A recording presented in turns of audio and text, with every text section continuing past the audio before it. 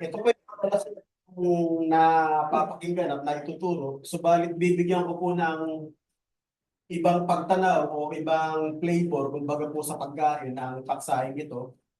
Sapagkat naalala ko nung ako'y bata-bata pa, may buhok pa, mga kapatid. Lagi ko na po na-encounter itong message na to. At ang totoo sa flying book o flying house, tapos yung ano pa yung isa, yung cartoons nung araw, yung magic book, yung sa Bible, yung pumapasok sila para nagta-time travel sila. Ano na to, na tackle na to. Pinamagat ako po ang topic na ito. What can we learn about the Great Flood, yung universal na wiping out of all creation on earth? Ano yung matututunan natin doon? Ah, I'm not in particular doon sa eight souls na naligtas na bibigyan ko lang po ng ibang pagtanaw at pagtingin itong paksang ito na minsan po hindi na nabibigyan din na napaka-importante pala when it comes to salvation, when it comes to flawless relationship and fellowship with our Creator. Simulan po natin ang pag-aaral sa pagbabangon ng isang napakahalagang tanong. Ano po ang nag-udyok sa Diyos na mapagmahal, sa Diyos ng pag-ibig, para po dumating po siya sa hangganan na I want to wipe out. Gusto ko lang lipulin. I want to wipe out all the mankind, all animals, no, na aking nilikha. Ito po yung kasagutan in chapter 6 of Genesis, starting with verse 5. Then the Lord saw that the wickedness of mankind was great on earth. Yung ginamit po na salita sa wikang Tagalog, malubha. Di ba ginagamit po yung term na malubha kapag hindi na po kayang ng kapasidad ng doktor. Ako, malubha na yung ano. Ipasa Diyos na natin. Di ba ganun? Doon po ginagamit yung katagang yun eh. Malubha na. Ibig sabihin, hindi na kayang tampatan. Hindi na kayang agapan. So ito po yung nagtulak. No? Tuloy ko lang po yung pagbasa. And every intent of thoughts of their heart was only evil continually. Palagi na lang daw parating masama ang nasa isip at puso ng mga tao. Verse 6. So the Lord was sorry that He made mankind on earth, and He was grieved on His heart. Then the Lord said, I will wipe out. Yun na po, doon na po dumating. Yung po yung nagtulak sa Kanya. Violence. Ang mga tao nun, they live in violence. Nabubuhay sila doon sa marahas na paraan ng pamumuhay. At yan din po yung sa panahon natin na nakikita natin ngayon. Alam niyo, paano rin natin hindi masasabi ng panahon natin ngayon marahas ang mga tao. Nakapanood nung isang araw lang, Sabado, sa 24 oras, yung ina, kasi silang pa lang ng anak, hindi pa natatanggal yung pusod, binalot sa eco bag, tapos nilagay sa bubungan. Masasabi mo bang hindi marahas yan? Sarili mong anak, hindi pa natatanggal yung pusod, hindi pa nagugupit. Kung hindi mo pala kayang bumuhay ng anak, di sana hindi ka gumawa. Tama? Imagine niyo yung bubong, napakainit yan. Mabuti nga, napakabuti ng Diyos, buhay yung bata. Naisalba, buhay. Kaya kung titingnan natin, yung araw na pumumuhay nila, pag tinignan natin ngayon, the same na eh. Marahas po yung tao ngayon. Violence ang mga tao ngayon. Tuloy ko po yung pagbasa. Sabi niya po, I have created from the face of the land mankind and animals as well and crawling things and the birds of the sky, for I am sorry that I have made them. But Noah, meron exemption eh. But Noah found favor in the eyes of the Lord. Bakit? Ito po ang sagot. In verse 9, Noah was a righteous man blameless in his generation. Noah walked with God. Pagka tinignan natin sa Tagalog, siya po'y sakdal at lumalakad na kasama ang Diyos. Ibig sabihin, siya po yung nahihiwalay sa lahat ng mga tao na nandoon sa ibabaw ng lupa. Pag sinabi pong nahihiwalay, siya po yung namumukod tangi lamang na lumalakad na kasama yung Diyos. Meron po siyang flawless fellowship or relationship with God. Anong ibig sabihin nun? Siya po ay sumusunod na palagi sa kalooban ng Diyos. Yung po yung pinakamaikling buod nun. Sumusunod na palagi sa kalooban at sa kagustuhan ng Diyos. Kaya po siya yung natatangi. Siya po yung bukod kaiba sa lahat ng mga tao noon. No, mga kapatid. Kabilang po yung kanyang mga anak. Yung 3. At saka yung kanilang mga asawa o mga partner. Ngayon, gusto ko pong bigyan din. Doon sa unang-unang verse na aking binasa, no? Ang sabi doon kasi ang mga tao wicked. Yung kanilang puso palagi na lang daw masama ang nasa puso nito. Ang tanong, ganun po ba yung original na pagkakalikha ng tao? Na yun yung nagtulak sa Diyos para po dumating po siya doon sa conclusion na gusto ko nang lipunin. Tingnan po natin yung original. At ito pong makikita nating nakasulat doon sa chapter 1 po ng Genesis. Verse 24, patuloy. Ito po yung ika-6 na araw nung lalangin po niya yung pinaka-masterpiece po niya sa lahat ng mga nilalang niya. Yung po yung tao. Bakit ko po nasabing masterpiece? Kasi po ang tao lang po ang nilikha na ayon po sa larawan at imahe ng Diyos. Ito po ang sabi. Then God said, let us make mankind in our image, according to our likeness. Let them rule. So meron po silang dominion. Meron po silang dominion doon po sa lahat ng mga hayop na nilikha niya. Kayang po'y lumilipad, kayang po'y umuusad, kayang po'y lumalakad, kayang po'y lumalangoy sa tubig. Meron po siyang dominion o may pamamahala.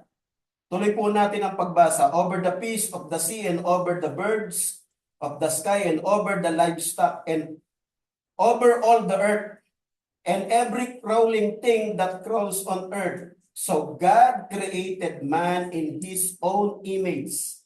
In the image of God, he created him, male and female. Lagi kong binibigyan din ito eh. Huwag po natin ipagkakamali. Dalawa lang po ang uri ng nilikha ng Diyos. Lalaki at babae. Wala pong panggitna. Hindi po totoo yung kiniklaim ng iba. Nilikha din kami ng Diyos. Equally po tayo. Yung LB, may plus pa eh. May plus pa sila ngayon eh. Hindi po kasama sa nilikha ng Diyos yun. Dalawa lang po nakasulat sa Biblia. Male and wala na. Walang panggitna. Wala hong palaman ang dalawa lang po mga kapatid. Huwag po natin ipagkamali yun. He created them. In verse 31, ito po ang pinakasagot. And God saw all that He made, and behold, it was very good. Contrast po doon sa binasa natin kanina na ang laman na lang daw po palagi ng isip ng tao ay pawang na lang masama. Bakit po nangyari yun? Kasi po, sa lahat ng nilikha ng Diyos, ang tao lamang ang may free will of choice. Hindi po niya yung ginawang parang robot na kapag sinabi niya, oh, mababangga ka, left ka na, left. Hindi po tayo ginawa na para po tayong kinokontrol. Meron po tayong free will of choice. At doon po lalong nagiging matingkad ang ating mga pananampalataya. Bakit po? May option ka kasi. May pagpipilian ka pa. Yung po yung challenge o yung ikinaganda kung bakit po lalong nagiging matingkad sa isang mananampalataya ang kanyang faith. Dahil po meron kang ine-exercise na free will of choice. Kasi kung wala kang ine-exercise na free will of choice, tanong ko sa iyo kapatid, ano pa ang pagkakaiba mo sa robot? Ano pa ang pagkakaiba mo sa mechanical machines? kung wala kang option. Kung wala kang pinagpipilian. Hindi ba't susunod ka lang kung papaano ka patatakbuhin ng lumikha sa'yo? Tama o mali? Yung po yung nagpapaganda, no, ng ating pananampalataya kasi meron kang ine-exercise na free will of choice. Ngayon, kung bakit po sumama ang buong sangkatauhan nun? Dahil po doon sa ine-exercise nilang free will of choice. At magpahanggang ngayon, sabi nga po ng kapatid na Darwin, linggo na lang tayo magkakasama-sama for our fellowship, no? Na magkakadaupang palad tayo. Hindi pa natin pinipili na unahin ng Diyos. Marami pa rin, kasi may option ka eh. Di ba? Ora muna ako. Work muna ako. Total, double pay ngayon eh. What if kung itong linggo na to, wag namang mangyari, ito rin yung panahon na dumating na yung Panginoon. Paano na? Sige nga. Ano lang naman yung pasabali naman. What if? Kaya nga if eh. Kung yung linggo na to, dahil wala naman nakakaalam, eto, dumating yung Panginoon. Paano na? Paano na yung mga nag-i-enjoy sa Bora? Paano na yung mga nagtatrabaho na wala naman sa gawain ito? Sige na, paano nyo sasagutin ng Panginoon? Paano po kasi may binubuhay po ako, double pay po ngayon eh. Pwede ba yun? Yun ba yung pinaka-right answer? At ang number one po na dahilan nito, ang major activity po sa langit sa chapter 7 po ng Revelation is we will worship God day and night. Tama po ba? That is the major activity in heaven. Eh kung dito pa lang, 2 oras, hindi mo maitiis, hindi mo maibigay para sa Diyos, hindi mo maibukod, how much more? A major activity doon sa langit, day and night, you will worship God. Chapter 7 po ng Revelation. Nung makita na po ni Juan, tinanong sila matanda ang mga ito na nakaputing damit, na napakarami, lubhang marami, di mabilang ng sino man, na nahugasan ng dugo ng kordero sa nagsipanggaling sa malaking kapighatian. Na hinugasan ng dugo ng kordero. At sila'y nasa harapan ng kordero araw at gabi. At sila'y maglilingkod at sasamba sa kanya araw at gabi. Yung pinakasulat. Major activity yun. Eh kung dito pa lang hindi na natin maibukod, hindi na natin maibigay sa Diyos, how much more? Diba? Ang sabi niya, nung nakita ng Diyos lahat ng nilikha niya sa ika-6 na araw, sabi niya, napakabuti. Very good. Hindi lang good eh, very good. Ibig sabihin, hindi ho likas na yung isip at puso ng tao kurang. Kaya lang po naging ganon, kasi po yung pinili niyang maging siya. Hindi po siya pinilit na maging masama. Siya po yung pumilit. No? Dahil meron po siyang ini-exercise na free will of choice. Tuloy po natin ang pag-aaral. Eto na po. Nung dumating po yon, doon na po tayo sa exciting part. No? Eto na po, nakaamba na. Dito po sa chapter 6 ng Genesis, ang verse po niya ay 13. Then God said to Noah, the end of humanity has come before me. Dumating na ang wakas ng sangkatauhan sa harapan. So ano po yung solusyon? Kasi meron sa nakitang 8 eh, na matuwid, lumalakad na kasama ang Diyos. Ang solusyon po, eto. For the earth is filled with violence because of people, and behold, I am about to destroy them with the earth. Lilipulin. So ano po yung number 1 na solusyon? Ito po ang sabi, Panginoon Diyos. Make for yourself an ark of copper wood. Ito po yung yung pinakamaganda sa na aral na makikita natin dun. Ang tao po, tumatanggap lamang po ng utos. Tama po ba? Nasa tao po ang pagdidesisyon kung susundin niya. Pwede niya sabihin, ang dami namang kahoy na maganda. Pwede na. Pwede China. Bakit gopher? Di ba? Pwede mo sabihin yun eh. Ang dami maganda nga may China, may nara. Bakit gopher? Ito po, tuloy po natin yung pagbasa. You shall make the ark with compartments and covered inside out with pitch. This is how you shall make it. The length of the ark shall 300 cubits, its width 50 cubits, and its height 30 cubits. You shall make a window for the ark and finish it to a cubit for the top, and put the door on the ark. On the side, you shall make it with lower, second, and third deck. So meron po pala siyang tatlong layer. Matapos po ibigay yung, ang tawag ko dito, blueprints. Yung mga nag-aaral po ng engineer. Di ba lahat ng mga project na ginagawa? Tama ba yun, brother? May blueprints. Ibig sabihin ko, pagka meron nangyaring sakuna doon sa ginawa nilang building, titingnan lang nila sa blueprint saan nagkaroon ng diferensya. Tama po ba?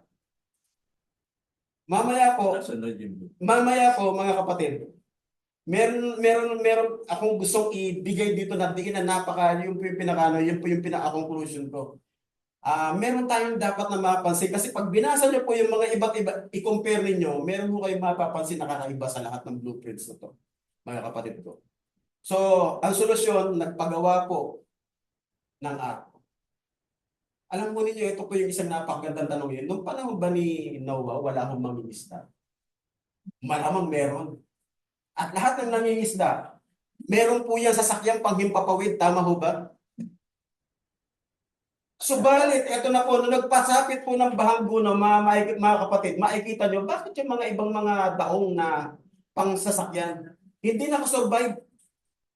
Bakit na mga nangamatay at nangalunod yung mga yun? Kasi isa lang po yung inihandang paraan ng pagliligtas ng Diyos. Through Noah's Ark. Wala na pong iba. The same thing in our time, mga kapatid. Marami pong mag-claim na churches. Kung tinayo ng Diyos, yung church ko tinayo. Wala namang mag-claim na church na sasabihin ang head niya hindi si Christ. Oh. Yung pinanggalingan ko, Iglesia ng Diyos, kiniklaim namin, ang founder si Jesus Christ. Eh, yung kapatid ni Sister Teresa, Iglesia ng Diyos din yun eh. Dati kong kasamahan yun eh. Sino pangalan ng sister? Si Eli Soriano, ang paninindigan niya, ang nagtayo ng kanilang iglesia, ang Diyos din. Wala hong iglesia na magkiklaim na ang nagtayo sa kanila, hindi ang Panginoon sa Kristo. Yun po yung gusto kong makita nating aral dito. Maraming mangingisda noon at lahat na mangingisda, meron pong sasakyang bihikulo na pang tubig. Bakit lahat sila nang pahamak? Kasi isa lang po yung inihandang pamamaraan ng pagliligtas. Through Noah's Ark, nothing more, nothing less. Sumunod ka o hindi, pumasok ka o hindi, it's your free will of choice. But God's decision still stand. Isa lang ang maliligtas, yung pinagawa kong arko. Ito lang ang makaka-endure sa dilubyo universal. Tuloy ko lang po yung pagbasa at pag-aaral nito, mga kapatid. Ito po yung crucial, mga kapatid, sa pinagawa po na arko ng Diyos kay Noe. What is the crucial part? Brother Romeo, ito may tanong ako sa iyo. Diba, matagal ka nagbabarko. Meron ka ho bang makikitang barkong maglalayag na walang makina?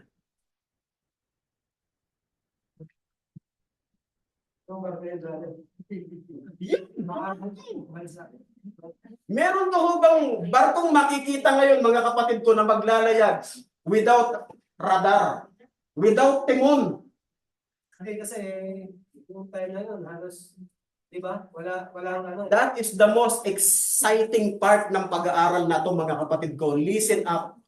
Ito yung iniwan ng Diyos na crucial thing sa blueprint ng pagtatayo po ng arko. Wala hong makina.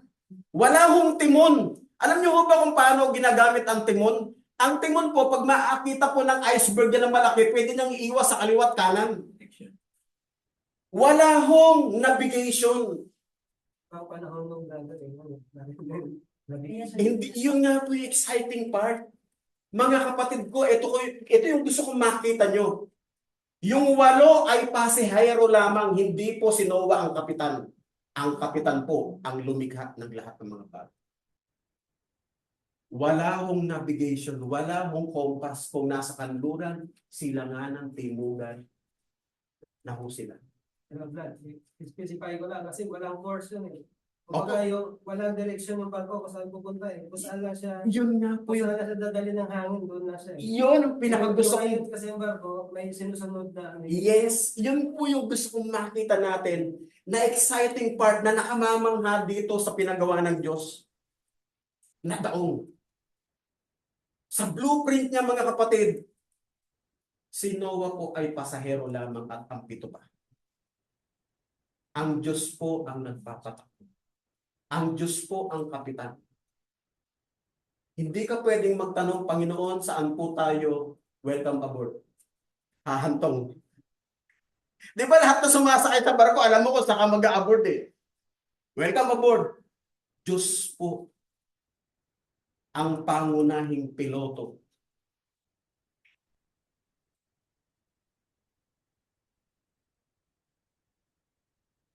Contrast po sa panahon natin ngayon. Ang lahat po ng tao ngayon ang sinasabi sa Facebook, lagi ko nababasa, I am the captain of my soul.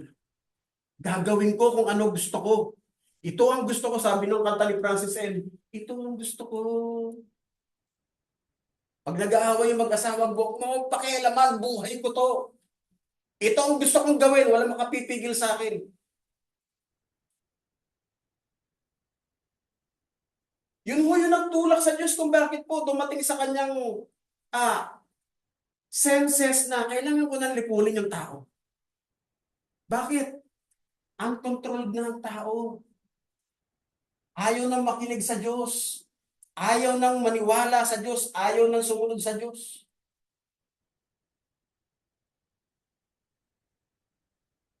Sa sinulat po na aklat ni Haring Solomon, ang sabi po, yung bata, pagka meron kang anak, kailangan may pagmamahal, meron din pong pagdisiplina, may pamalo. Tama po ba? Biblical yun. Kung hahampasin mo siya, hindi siya mamamatay. Tama po ba? Ang Diyos po nagdidisiplina din. Gaya po siya ng Ama. Hindi po siya nangungonsinti. At ito po yung nagtulak sa kanya para po dumating po siya sa sakdula na gusto ko nang lipunin yung tao. Bakit?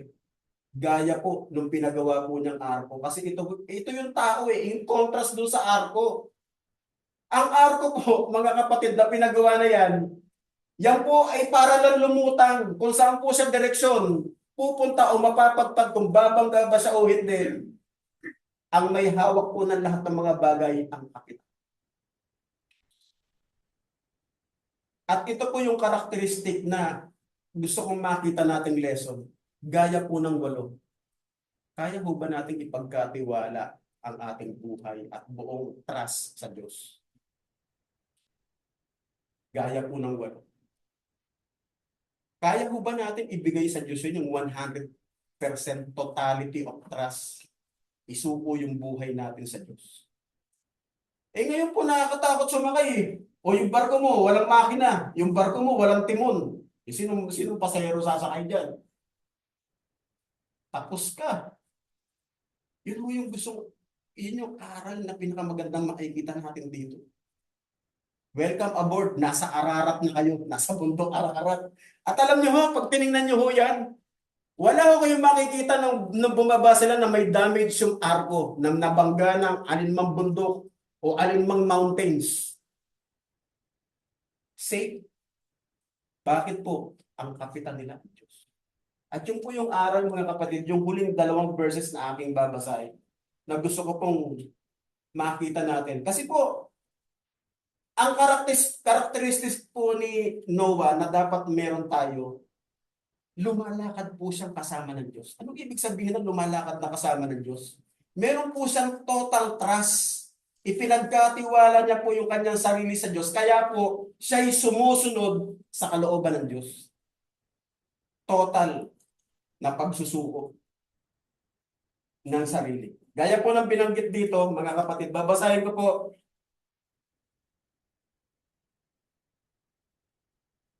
sa Living Standard Version, 12:13 po ng Ecclesiastes.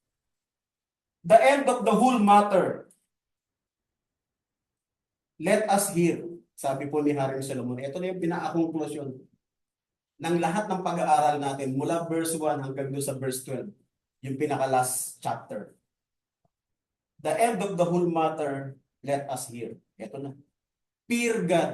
Kung meron man tayong dapat katakutan, yun ang Diyos. And keep His commands. Why? We should keep His commands, for this is the whole of man. Yung po talaga yung exact Hebrew translation. Ang kabuuan anya ng tao, dapat siya ay sumusunod sa utos ng Diyos. So, ibig sabihin, kung hindi ka totally sumusunod sa utos ng Diyos, masakit man sabihin, hindi ka tunay na tao. Sapagkat ang tunay anya na tao sumusunod sa mga utos ng Diyos. At yan po'y sinuportahan po ni Apostol Pablo. Last nababasahin ko pong passage in Ephesians chapter 2 verse 10. On that same book, Living Standard Version, or literally Standard Version. For we are His workmanship, sabi po ni Apostol Pablo, created in Christ Jesus in good works, para daw anya sa mabubuting gawa, which God prepared before that we may walk in them. Yun daw pala lang ang ating lalakaran. Parehong-pareho. Sa sinabi po ni Haring Solomon, walang kontrahan. Mga kapatid ko, dapat po katulad po tayo ng arko. Ang kapitan po natin ang nagpapatakbo sa buhay natin. Tayo po yung mga bihikulo lamang. Dapat po nagpapatakbo sa atin. Ang kapitan natin, ang Diyos. Sapagkat kung ginawa po natin yun, kung hinayaan po natin siya po yung maging kapitan, hindi po kagaya ng sinasabi ng iba sa Facebook, I am the captain of my soul. Tapos ka. Wala ka nang pinag-iwan doon sa chapter 6 na binasa natin. Na ano po, ang kanilang mga kaisipan at mga puso ay pawang masama na lamang parati. Bakit? Hindi po sa tunay na blueprints ng tao, mga kapatid, hindi po nakatala na ikaw ang magpapatakbo. Maging nga po doon sa genes natin, pag tinignan po natin, lahat po ng mga tao, we have 12 ribs. Meron mo ba kayo makikitang tao na yung kanyang ano? Lahat po tayo meron 12 ribs. Which stands for the 12 tribes of Israel, 12 disciples. Lahat po ng mga tao, we have 33 vertebrae. Yung po yung eksaktong buhay na ipinamuhay ng ating Panginoong Yesus. His age here on earth lasted only for 33 years. At meron po tayong tinatawag sa ating katawan na vagus nerve, ang korte po niyang pakros. Paganyan. Ka-align po yan ng ating puso. At meron pong oil dyan, up and down, every 2.5 days namamatay po yan. And after 3 days, it will resurrect again. Tanungin niyo po yung mga doktor niyo kung nagsisinungaling ako. Kaparehong-pareho po ng ating Panginoon after 3 days of death. He conquered it, na buhay na maguli. Ipinapakita, maging po sa katawan natin, yung plano ng Diyos na mamaterialize at nakikita natin araw-araw. Kung bakit tayo nakatayo, we have 12 ribs, we have 33 vertebrae, mga kapatid. Para lang ipakita, ang bawat isa sa atin, pag-aari ng Diyos. Nasa iyo lang. Kasi free will of choice mo yan kung gusto mong kuwanin sa Diyos yung buhay mo sa Kanya. It's your choice. Muli, isang magandang umaga po sa ating lahat. Maraming salamat po.